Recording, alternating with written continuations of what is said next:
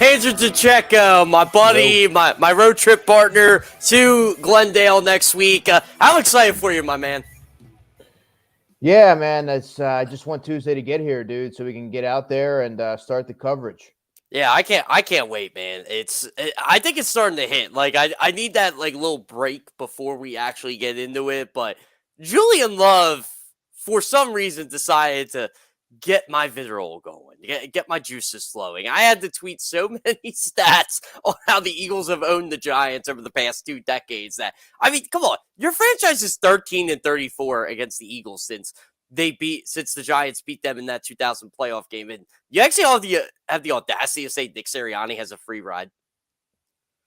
Well, I mean, his comments don't bother me. I'm just, I just write for, I cover the Eagles, but it has no impact or bearing on the team who's preparing for the Super Bowl. I mean, Julian Love gave Devontae Smith a free ride into the end zone. And I guess it was in December. So that's really all you have to, kind of point to for that. But all these comments to Jerry Jones, all that stuff, when you're at the top, it's lonely at the top, and you're always going to have somebody kind of poking and prodding and trying and undermine what you're doing. And I don't think you can pay any attention to that. You have to focus on the task in hand. And all these other things are just silly fodder to kind of add to what's already going to be a very eventful next 9-10 days. This is how much I ignore the comments on social media, but I was working yesterday and we're trying to gather up some stories and I didn't even mention it. I'm like, I don't really care. I don't care about what this guy has to say. I'm focused on the Eagles and I'm focused on the Chiefs. Now, if you want to have me write a story on Patrick Mahomes and stuff he said yesterday, yeah, I'm okay with that. 2 black quarterbacks playing in the Super Bowl for the first time. He had some really good comments on that. That's really good comments on Jonathan Gannon and the Eagles defense. Fine. Julian Love, I really don't care what the guy who I'm not even sure if he's going to be in the league in 2-3 years really has to say about a team that he just lost 38-7 to less than 2 weeks ago. Yeah, I mean, I'm sure he still will be in the league in 2 years, but I mean, what he says, what Jerry, I mean, that's all really irrelevant. What is relevant is that the Eagles have a game coming up on February 12th in Glendale, Arizona, one of the top 2 teams in the NFL duking it out to win the Lombardi Trophy. That's really what matters. Everything else is just pure entertainment and generally irrelevant. And I don't think we're going to hear much about that next week. I think we're going to hear much about the game itself, Andrew. But I went on here and said yesterday, I think the Chiefs' offensive line might be the best offensive line the Eagles' defense has faced probably since week 1 when they played Detroit. And they got their sacks then. And I still think the Eagles are going to get theirs in the Super Bowl. But this Chiefs' offensive line, man, they're a different animal. Yeah, it's very good in the inside, particularly Joe Thuney's good. Creed Humphrey's good. Obviously, Orlando Brown Jr. is a great player on the left side. However, the game within the game is going to be on the right side when Hassan Reddick tees off against Andrew Wiley. Now, if you're looking for one sore spot on that offensive line, Jeff, that's where it's going to be. I do think Hassan Reddick gets a sack, and whenever he gets a sack, he tends to finish the deal and go for the football. He's one of the best in the business at doing so. I do think he's going to create a turnover in this game. And just looking at it from a general overview, if the Eagles win this game and the MVP doesn't happen to be Jalen Hurts and is a defensive player, I have a feeling it would be Hassan Reddick. He's been phenomenal this season. I'm glad you mentioned Andrew Wiley, too, because that was the reason why I picked the Eagles when I had to make my Super Bowl pick for CBS yesterday. I said, look, Andrew Wiley's given up 9 sacks, 42 pressures on the year. He's not very good in pass protection. He's good in run block, but pass protection, and if I'm Jonathan Gannon, I'm putting Hassan Reddick on him all day long. Yeah, I mean, you look at Reddick, what he did to Evan Neal, what he did to who would he go? Mike McGlinchey, and now he's got a favorable matchup against Andrew Wiley. So I mean, Hassan Reddick, it doesn't matter who you line up in front of him, he just finds a way to defeat him. He's a very unique pass rusher, very good in short space, explosive off the edge, and when he gets to the quarterback, he finishes the deal. How do you think the Eagles are going to defend Travis Kelce in this game? That's a great question and one that I've been asked a couple of times this week. And we never really got a chance to see how the Eagles were going to defend George Kittle last week. But if we were able to see that, I would imagine that you would see C.J. Gardner-Johnson on him. Now, the Eagles don't play a ton of man, but if you're looking at it from a bracket perspective, I think that Gardner-Johnson gives the Eagles the best chance. Secondarily, maybe Kaiser White, but I think Gardner-Johnson is just a a pesky, scrappy guy who always remains in the hip pocket of his receiver. And he's also, I mean, last week he covered Kittle before when he was with the Saints, but I think that his coverage acumen and football intellect and better, in close coverage and close quarters than maybe a Kaiser White would be. That would be my solution. It also helps matters that you have Avonte Maddox healthy and playing in this game because it allows Jonathan Gannon a lot more creativity in how to deploy his personnel. The Chiefs' defensive line, too. I personally think they were better than anything the 49ers could put out at them just because of Frank Clark's really good in the playoffs. Chris Jones, he doesn't have the playoff numbers, but he does make an impact in those games. And George Karlaftis, obviously, is a good pass rusher. What are you seeing in that Chiefs' defensive line that is kind of like, okay, like Jalen Hurts has to get rid of the football quick? Yeah, I mean, Frank Clark, George Karlaftis, who had 6 sacks, 11 quarterback hits. Chris Jones had 29 quarterback hits, 15.5 sacks in the regular season.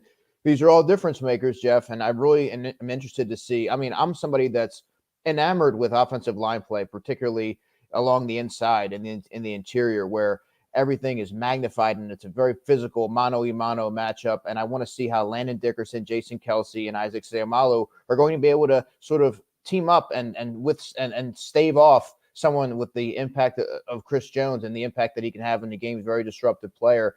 You also have to look at Landon Dickerson with the hyperextended elbow. I mean, those 3 linemen that I just mentioned have been the Eagles' unsung heroes throughout this playoff run. And I want to see with the Chiefs, if the Chiefs are able to kind of combat that in some way, that's going to be the game within the game. Yeah, it's crazy to think that the Chiefs' defensive line can actually get to the quarterback as well as they can, but they did have 55 sacks this year, which I think has helped their young secondary. Now, they got a couple rookies back there, but I feel like if they don't get home, this is a matchup the Eagles can exploit, even though the Chiefs' pass defense has been, I want to say they've been top 10 in the NFL over the last like 10 or 11 weeks or so. Yeah, they have a corner that I really like, L'Jarius Sneed, 6'1", 190, 3 sacks. I think he had 100 combined tackles. Quietly had a really strong season, really good story of development. He was a 4th-round pick in 2020. I think he would probably see A.J. Brown. I still obviously like A.J. Brown quite a bit in that matchup. But then on the other side, you have Trent McDuffie, who's a rookie corner who I did like, but I saw him more as a slot corner coming out of Washington. He goes about 5'11", 190. So he doesn't have tremendous length, and I think he does, if I remember correctly, Jeff, he had really short arms. So that really is going to play a factor, I think, down the field. So I do think that the Eagles, if they want to keep pace with an explosive Kansas City offense with Mahomes under center, I think they need to take to the aerial attack this game. Obviously, Jalen Hurts and the Eagles have shown you that they can win in a multitude of ways, whether it's running the ball down your throat like they did against Green Bay, airing it out against Tennessee, in which he had 380 yards passing, winning a closely contested matchup against the Colts, where they had to come from behind, or rising to the occasion in the playoffs. They can dice you up any way that you want, and I think this week they're going to have to try and exploit that secondary. Easier said than done with this, Andrew, but Kansas State, I go on Kansas State radio stations all the time. I've been going on Sports Radio 810 throughout the year, Sports Radio 610, and I always point out this stat. It seems like the way to beat the Chiefs is, and we're making this as simple can be, score 27 points off them. They're 55-3 in the Patrick Mahomes era when the Chiefs give up less than 27 points. So I guess 27 or 28 points is the barometer to beating this team. You would think so, but with Patrick Mahomes there, like you said, it's easier said than done. Obviously, he's going to be hobbled quite a bit. That high ankle sprain is nothing to mess with, and this extra week isn't magically going to cure that. That's going to be something that's going to be hampering him in that game, as you know. Now, that said, still holding him to 27 points is no small feat. He's going to be able to put up his points, and I imagine that they're going to continue to pick up yards incrementally and short to intermediate areas of the field, trying to keep these drives extended, 12, 15 play drives. They do utilize running back Jerick McKinnon quite a bit. He's third on the team in receptions. So I think that they're going to try and find ways. Obviously, Travis Kelce, we know his game very well and the impact that he can have on a game. So I think that they're going to kind of try and plod their way down the field, eat up a lot of clock. But, I mean, holding Mahomes to 27 points is something that would look great on Jonathan Gannon's resume, especially moving forward and his head coaching candidacy. A couple of us yesterday, we were in the group chat. We're talking about Mahomes' press conference, and I got sent a video. And this is kind of funny because it's, I'm not there. I'm not noticing it, but I got sent a video from a couple guys, and there's steps when you walk up in the Chiefs media room where they have their press conferences. Mahomes decided not to take the steps. He just walked straight down on that ankle. I don't know what he was trying to prove. I don't know if he just didn't want to take the steps or not, but everybody's like, that's kind of interesting. I don't think it has any effect on the game, but is he trying to tell us something there? I think so. I mean, what you mean, not taking the steps and as far as putting extra stress on his ankle? Yes. Yeah. I mean, that to me is something that really screams that either one, he's trying to preserve it and it's maybe doing a little bit better. He just want to re-aggravate it, or it's something that, hey, this is really bothering me and I'm trying my best, even with all the pain medicine and everything that I could do to sort of make sure that I'm ready to go next week. And he could just be taking it as a precautionary measure, but make no mistake, it is going to be bothering him. He will be hampered by it. A lot of his off-platform throws that he likes to do, I don't know that they're necessarily going to be in play as much as they ordinarily would. It's going to alter his game quite a bit. I'm writing a story for CBSSports.com. It's coming out Sunday, and I took a deep dive in the Chiefs coaching staff. There are a lot of recognizable names, Andrew, as you know, you and Greg Lewis, yeah. That's just one of them. There's 13 former Eagles that either played for Andy Reid or coached in this organization on that staff. Like linebackers coach is Ken Fahole. Of all people. Ken Flagel, yeah, Ken Flagel. I can never say his name. It's been years, but anyway, there's 13 guys on there, and like you said, Greg Lewis is on there. Eric Bieniemy used to play for the Eagles. Steve Spagnuolo. There's so many names. It's Kansas City really is Philadelphia South if you think about it. Yeah, and the Niners coaching staff actually had quite a few Eagles. Corey Unlin was there. Matthew Harper was a assistant special teams coach there. He was one over here. So that there's quite a little bit of the coaching tree continues to expand. It's kind of fascinating to watch. Yeah, it's crazy, right? Because if you look at the front office too, Mark Donovan, the Chiefs, he's basically the Chiefs president. He's been with the Eagles for a number of years. Brett Veach was with the Eagles. He worked with Howie Roseman. There's so many combinations. It's actually kind of weird. Like you feel like you're literally going up against Andy Reid's Eagles in the Super Bowl. It's just that this is the vision Andy Reid had in the early 2000s. He was building this program. It's just they got the championships to go with it. Yeah, you couldn't draw it up any better than that. I mean, there's going to be a lot of familiarity there, a lot of ties, and I think you're going to see the two best teams in football going at it in a closely contested matchup. I don't envision this one being the blowout that the Eagles have seen the past couple of games. No, think about this. The Eagles have had the luxury of resting their starting quarterback and their starters in the fourth quarter of 2 postseason games. That's unheard of. Well, the Chiefs just beat themselves up playing the Bengals, just to even get the win there. And yeah, again, I got to ask you too, Andrew. Are you caught up in the whole Andy Reid facing his former team narrative? No, I don't get caught up in any of that. I'm strictly focused on that's a storyline. Don't get me wrong, but I'm not going to make it the storyline. There's many storylines that you could look at this game and many different angles that you could attack it. But I think that one's sort of been discussed ad nauseum, and it's certainly something that deserves mentioning. Obviously, that Andy Reid has laid the foundation for the Eagles' recent success over the last 23 years or whatever it has been, and that deserves acknowledgement and respect. But I do think that there's many other things at play that probably take precedent. This is why I love Chiefs media, and again, I know a lot of people in Chiefs media. Andy Reid was asked about it once Sunday night, hasn't been mentioned to him again, and people will bring up the Eagles at times, or maybe because.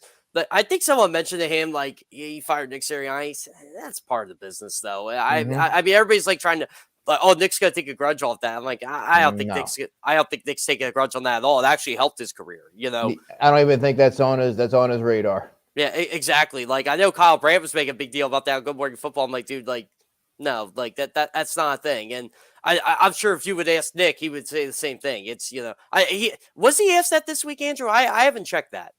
Jeff, that's a good question. I don't know, but I'm pretty sure that the answer that he would give. Yeah. And any of those things that are mentioned on the outside can be viewed as a distraction.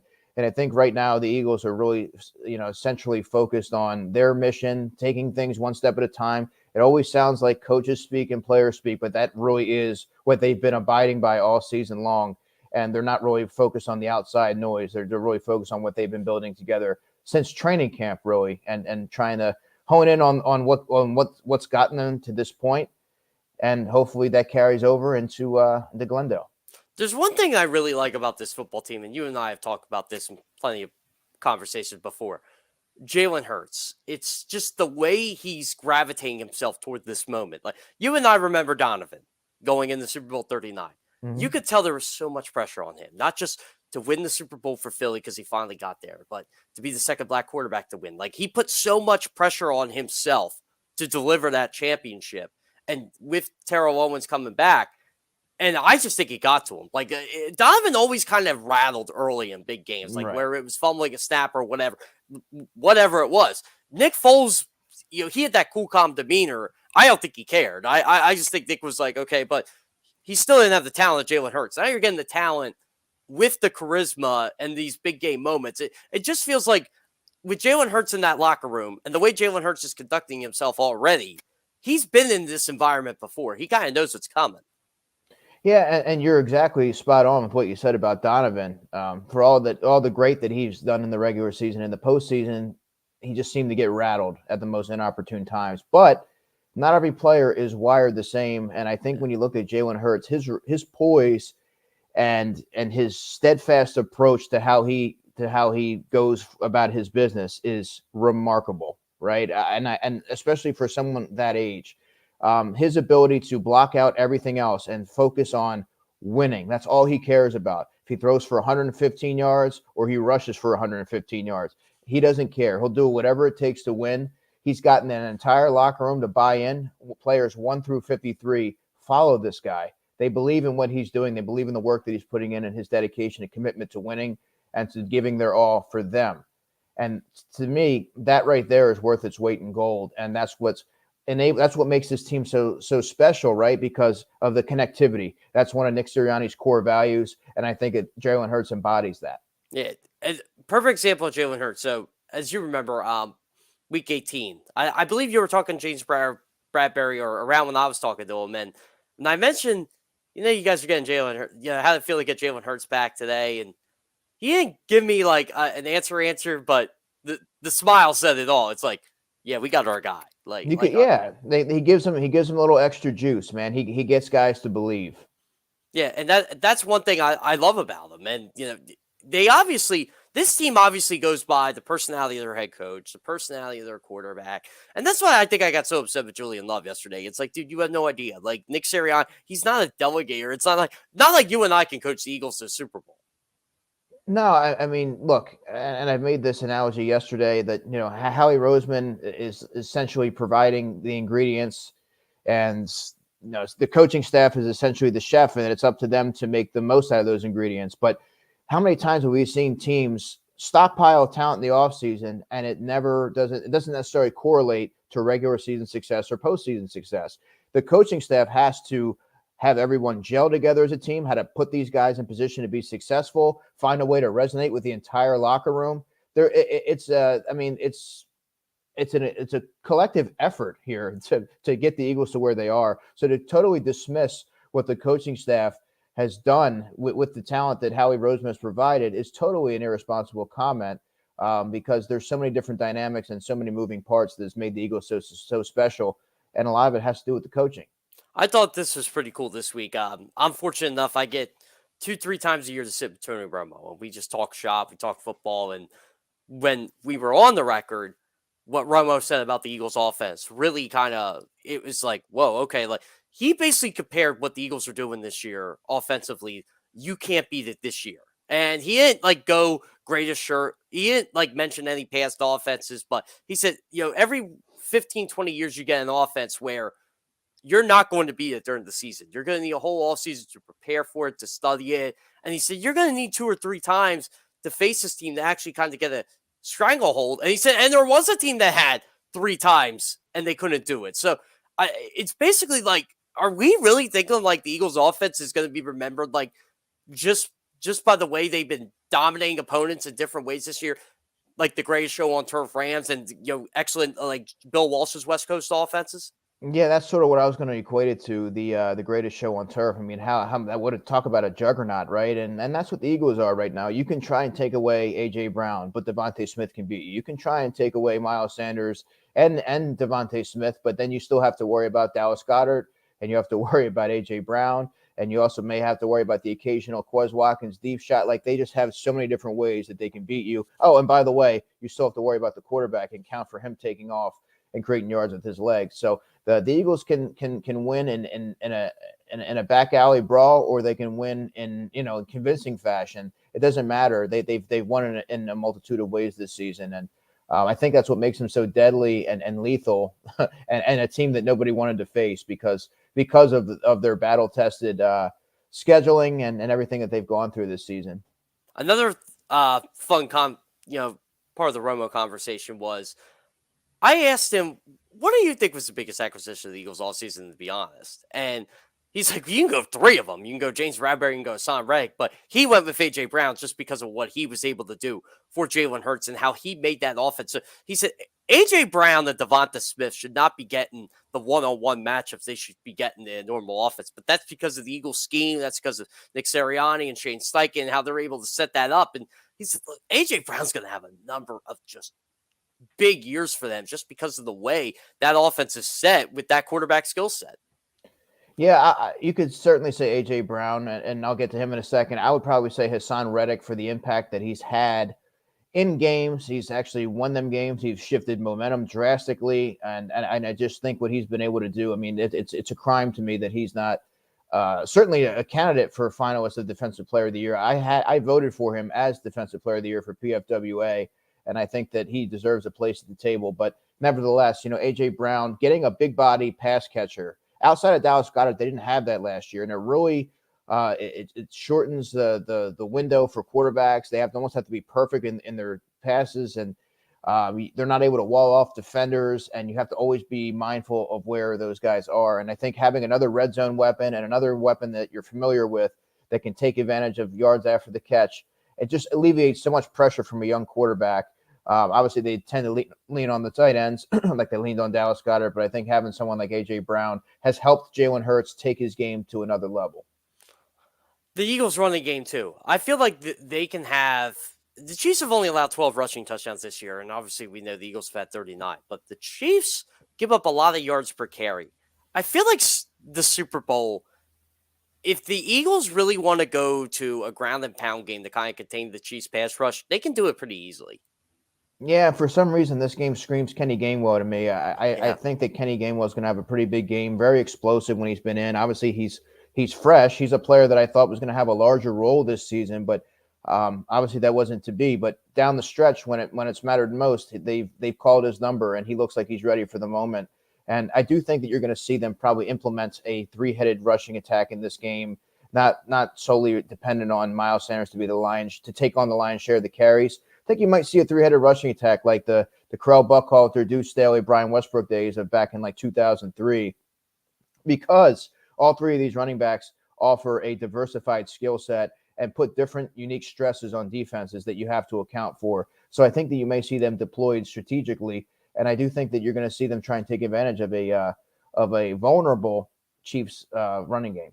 I'm glad you mentioned Kenny Gainwell because in training camp, I mean, you talk to the same people I talk to. And we're like, what's happened to him? It didn't look like he was going to play much this year at all. Like he fell down the depth chart to Boston Scott, and should they bring another guy in? And in a way they did in Trey Sermon. It didn't pan out, but it just felt like until later on in the year, especially the playoffs, Kenny Gainwell has finally started to find his footing again. Yeah, I mean, sometimes it has to do with just reps, and when you start to produce in those reps, and you feel like the coaching staff has a lot of confidence in you, you tend to play a little bit more free. I'm not exactly sure what it is, but everything's really clicking, and sometimes it takes almost 2 seasons for a young player for things to come into place. But whatever the case is, he's found his footing. He brings a new dimension, a different dimension to the offense, and it's a noticeable explosiveness and burst when he's in the game. And it's a different sort of change-up running style from Miles Sanders. I mean, not that one's better than the other, but there is a noticeable difference. And I think that they really complement each other quite well, and you're going to see them utilize Gainwell and mix him in and get him and also Boston Scott. Let's not forget him. Yeah. He's very effective. He's a nose for the end zone, but he's also very effective in short yardage. So every one of these guys that I've mentioned has their specified roles, and I think that they're going to try and use them as they see fit. There's one thing I've noticed when the Chiefs play in their Super Bowls, and I decided yesterday, you know what? It's the 3-year anniversary of Wasp. I'm going to watch the Chiefs Super Bowl again. And so I decided to watch that. Boy, the 49ers pass rush really got to Patrick Mahomes that game. And the Chiefs obviously have a much better offensive line then. They definitely have a better offensive line than they did when they lost to the Bucs. But Patrick Mahomes was pressured 53 times in 2 Super Bowls. The Eagles pass rush is probably going to be the best one of the 3 he's faced. And remember, that 49ers pass rush in 19 was incredible with Nick Bosa and Eric Armstead, those guys. And we know what Tampa Bay did. And Ndamukong Suh's more than used to facing the Chiefs offensive line. So it does feel like Mahomes only has a 64.6 passer rating in Super Bowls. Again, that's not all his fault. But it does seem like the Eagles can get home and they really can rattle him off his game.